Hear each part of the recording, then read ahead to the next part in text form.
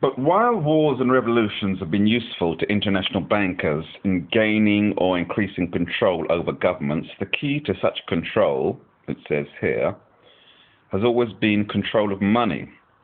You can control a government if you have it in your debt. A creditor is in a position to demand the privileges of monopoly from the sovereign, the king, president, government, whatever. Money-seeking governments have granted monopolies in state banking, natural resources, oil concessions, and transportation. However, the monopoly which the international financiers most covet is control over a nation's money. Now, eventually, these international bankers actually owned as private corporations the central banks of the various European nations.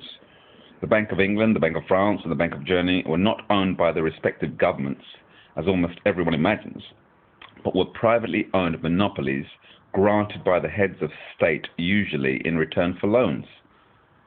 Under this system, observed Reginald McKenna, president of the Midlands Bank of England, those that create and issue the money and credit direct the policies of government and hold in their hands the destiny of the people. Once the government is in debt to the bankers, it is at their mercy.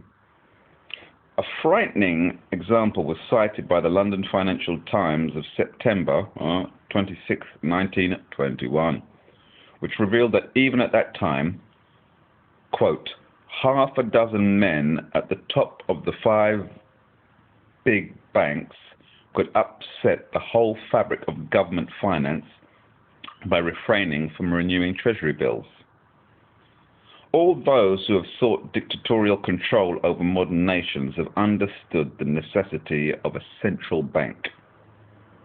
When the League of Just Men hired a hack revolutionary named Karl Marx to write a blueprint for a conquest called the Communist Manifesto, the 5th plank read, centralization of credit in the hands of the state by means of a national bank. I was trying to do a Russian accent then. Let's try it again. Comrade David Da. He wrote in Communist Manifesto, centralization of credit in hands of state. Now, that sounded like some fucking Bulgarian. Let me just stick to normal. Centralization of credit in the hands of the state by means of a national bank with state capital and an exclusive monopoly. Does that make sense? Let's start again. Karl Marx wrote this in the Communist Manifesto in the 5th plank read, centralization of credit in the state capital and an exclusive monopoly.